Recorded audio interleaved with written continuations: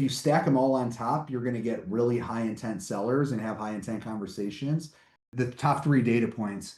So people that have been in their home for over 10 years, no brainer, right? If you just do that and you just have conversations with people that have been in their homes for over 10 years, you're going to have successful conversations. The second thing I would look at is the equity they have. Okay. This is super important because a lot of times we are hearing one of the largest objections that we hear is the interest rate I currently have on my property is X and I don't want to lose that, right? It's 3%, it's 4%, whatever it is. I don't want to lose my 3, 4%.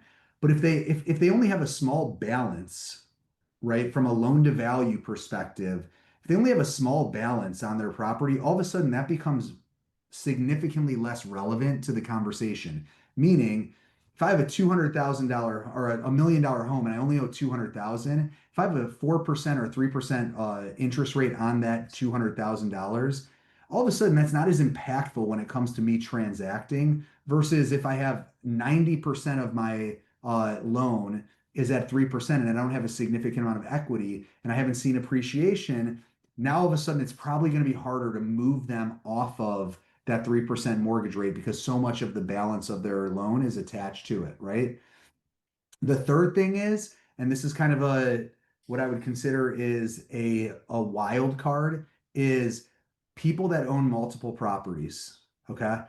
What I have found is that if you talk to people that own multiple properties, they are much more open to looking at the real estate transaction as an asset transaction versus as an emotional transaction, right?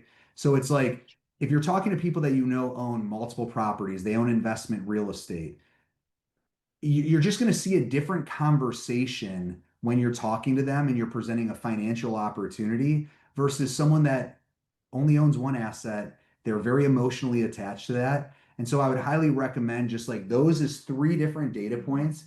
If you stack them all on top, you're going to get really high intent sellers and have high intent conversations.